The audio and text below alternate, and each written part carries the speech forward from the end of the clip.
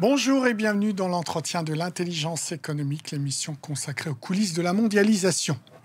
Big Brother a une adresse. C'est dans un périmètre de 50 km autour de Washington que les États-Unis concentrent leur appareil de surveillance mondiale.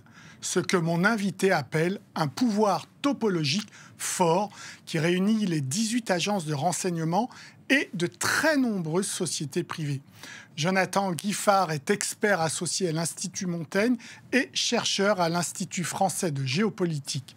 Il vient de publier un article sur ce sujet dans la revue Études françaises de renseignement et de cyber, publié par les presses universitaires de France. Bonjour Jonathan Guiffard. Bonjour. C'est historique, cette concentration. On va voir derrière vous une image, un plan où on voit l'ensemble des agences de renseignement américaines autour de Washington. Historique ? Alors c'est effectivement historique, ça date du lendemain de la Seconde Guerre mondiale, des années 40-50, où l'appareil de sécurité nationale américaine se met à construire un gros dispositif, de nombreuses agences de renseignement. Il y en a aujourd'hui 18. Bien entendu, ça n'a pas commencé à 18. Et tout ça autour de Washington. C'est le début de la guerre froide. Et donc, c'est le contexte parfait pour ce développement. Lien entre le politique et donc les services, c'était ça ? Oui, exactement. C'est la volonté du gouvernement américain d'avoir à disposition un appareil de surveillance, un appareil de collecte de renseignements et plus généralement un appareil même militaire important et pilotable depuis la région de Washington. Avec cette spécificité, en tout cas, c'est une rumeur, mais j'y crois bien volontiers, que ces agences ont été mises un peu plus loin de Washington, dans ce périmètre des 50 km, au cas où une frappe nucléaire soviétique devait toucher la Maison-Blanche ou Washington. Donc, concentration, 3 États, Washington DC, le Maryland et la Virginie, des centaines de milliers d'emplois et un budget qui dépasse les 100 milliards de dollars par an, c'est ça ? Oui, tout à fait. C'est en fait une région... vous avez centré autour donc, du pouvoir politique à Washington DC. Vous avez d'un côté la Virginie, où vous avez une région qui est surnommée Internet Alley, qui est une région qui concentre beaucoup d'entreprises, c'est vrai, mais qui concentre aussi beaucoup d'infrastructures d'Internet. Et c'est pour ça qu'elle s'appelle Internet Alley. Vous avez beaucoup d'entreprises de data centers, vous avez des backbones de l'Internet, vous avez même des serveurs racines d'Internet. Ah bah oui. Et vous avez de l'autre côté le Maryland où il y a Formid qui est le lieu d'implantation de la NSA, le service de renseignement technique américain.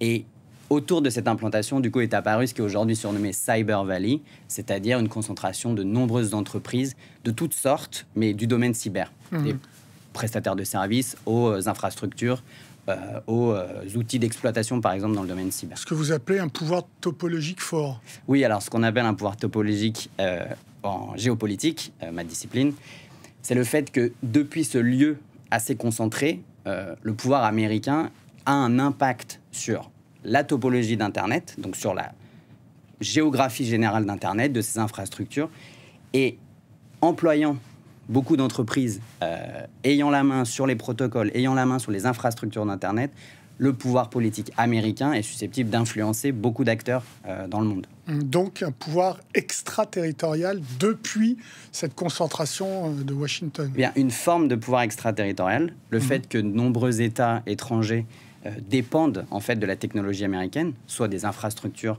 soit des logiciels, de manière générale même des protocoles qui organisent par exemple le routage d'Internet dans le monde. Le fait que une très grande majorité de ces technologies soient américaines fait que beaucoup d'acteurs internationaux en dépendent. À ce titre-là, il y a un pouvoir topologique, mais aussi effectivement un pouvoir juridique dès lors que le cadre juridique américain s'applique. Donc, par exemple, le cadre juridique américain s'applique à Washington. Toutes les données qui sont présentes dans les data centers, quand bien même ce sont des données Facebook, les vôtres, les miennes, de gens, j'en sais rien, en Chine ou en Inde, elles sont sous un contrôle légal américain.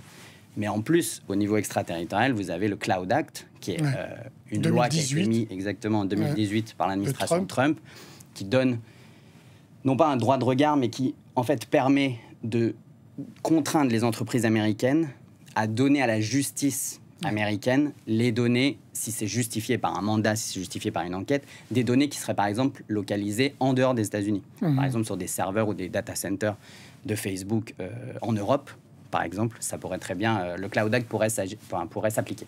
Je voudrais revenir sur l'anecdote, le fait que on a élargi autour de Washington de peur d'une frappe nucléaire soviétique. Quand même, une telle concentration, quand on pense aux attaques du 11 septembre, c'est quand même dangereux, non, une telle concentration de services de sécurité et de renseignement? Alors, oui, oui et non. C'est-à-dire que c'est peut-être dangereux d'un point de vue militaire, mais les États-Unis, depuis Pearl Harbor, on va dire, et même Pearl Harbor, c'était Hawaï, les États-Unis n'ont jamais été militairement mis en difficulté ou menacés très directement sur leur sol. Donc à ce titre-là, cette concentration ne pose pas vraiment un problème. C'est ce qu'ils croyaient jusqu'au 11 septembre 2001. Oui, mais au 11 septembre, du coup, des attaques des deux tours sont un peu différentes que l'ensemble du dispositif. Et du Pentagone, c'est vrai. De l'ensemble du dispositif. Maintenant, là où vous avez raison, c'est qu'il y a d'autres enjeux qui peuvent jouer. Par exemple, il faut savoir que dans le Maryland, la NSA et plus généralement Fort Meade est le premier consommateur d'électricité du Maryland. Il y a eu plusieurs fois des moments où les opérateurs d'électricité, les fournisseurs, ne pouvaient plus fournir au niveau de la demande. Et donc, vous avez aussi des risques techniques qui existent à cette concentration. Mais de manière générale, les risques sont plutôt limités. Donc, concurrence avec la Californie, avec la Silicon Valley ou pas? C'est une excellente remarque parce que la Silicon Valley, tout le monde la connaît. Tout le monde la connaît pour son rôle dans le déploiement et le développement d'Internet civil, commercial, dans la vie de tous les jours. Mais une grande différence qu'il y a entre la Silicon Valley et cette région autour de Washington, c'est que la région autour de Washington est très liée au complexe de sécurité nationale et de fait n'a jamais connu la crise. C'est typiquement une région qui a toujours eu des subsides publics. Et donc, toutes les entreprises 100 milliards qui sont... de budget, quand nos services, c'est 3 milliards d'euros, on voit la différence. Exactement. En fait, vous avez tout un système assez malin qui mêle recherche scientifique fondamentale, recherche scientifique privée, donc tout un système de laboratoires et d'universités, mais aussi d'entreprises et l'État. Et cette espèce de triptyque permet de faire énormément de développement technologique. Donc beaucoup d'innovation. Et donc beaucoup d'innovation. Et c'est le cas. Il y a eu beaucoup d'innovation à partir. Il y a énormément d'innovation. Et ce qu'il faut savoir, c'est que la construction, ce que j'explique aussi dans ce papier, ce qui est bien connu des historiens de l'informatique, la construction d'Internet a démarré en gros entre les universités, certaines universités américaines et l'État. Mais au même moment, l'État a utilisé ces technologies pour développer un réseau militaire. ARPANET. Voilà. Et ARPANET étant le réseau Internet général et Milnet étant sa version militaire, mais utilisant les mêmes technologies. Et tout ça a eu lieu dans cette zone de Washington. Et ce qu'il faut bien comprendre, c'est que ces mêmes acteurs ont toujours travaillé en parallèle la dimension privée, publique, commerciale et scientifique fondamentale et la dimension de sécurité nationale. Ce qui donne un avantage stratégique assez important aux États-Unis aujourd'hui, qui a quelque part toujours un temps d'avance sur ces technologies qu'ils ont eux-mêmes développées. Donc ça marche, ce triptyque État, entreprise, université, centre de recherche. En tout cas, alors c'est très financé par le public, donc c'est une grande différence fondamentale avec les pays européens, c'est le volume d'argent public qui est mis dans la recherche fondamentale ou même en soutien à la recherche privée par l'État américain, enfin l'État états-unien.